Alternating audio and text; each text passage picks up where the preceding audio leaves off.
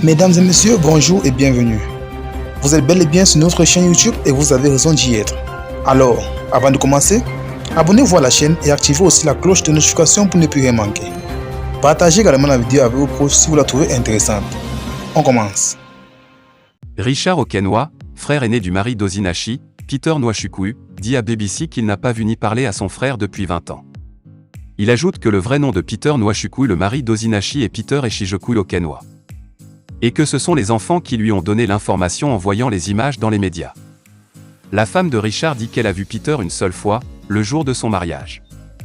Elle était connue sous le nom d'Ozinachi Nwachukwu, décédée à 42 ans le 8 avril 2022. Elle était une chanteuse de gospel douée, une maman, une fille, une femme et bien d'autres encore à des personnes différentes.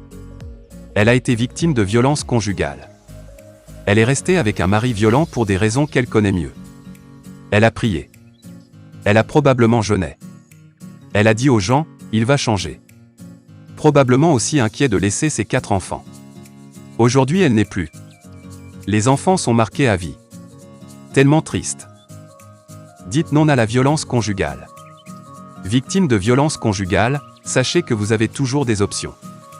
Vous n'avez pas à finir comme Ozinachi et beaucoup d'autres qui sont morts parce qu'ils pensaient ne pas avoir le choix.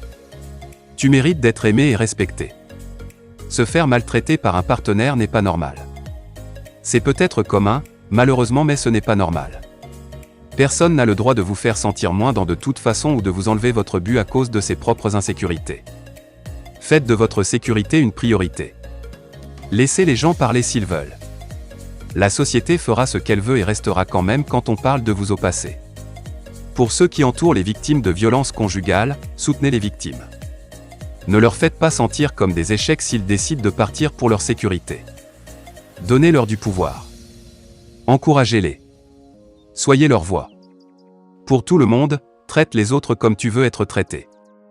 Le pasteur Peter Nwachukwu, le mari arrêté de feu Ozinachi Nwachukwu, a pollué l'esprit des enfants.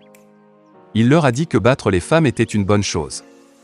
Lors d'une discussion avec l'aîné, le garçon a raconté le calvaire que sa mère a vécu avec son père et comment il la battait à chaque petite dispute. Il a dit « Mon père a poussé ma mère hors de la voiture la nuit après le service du mercredi et des mauvais garçons ont volé le sac de ma mère cette nuit-là.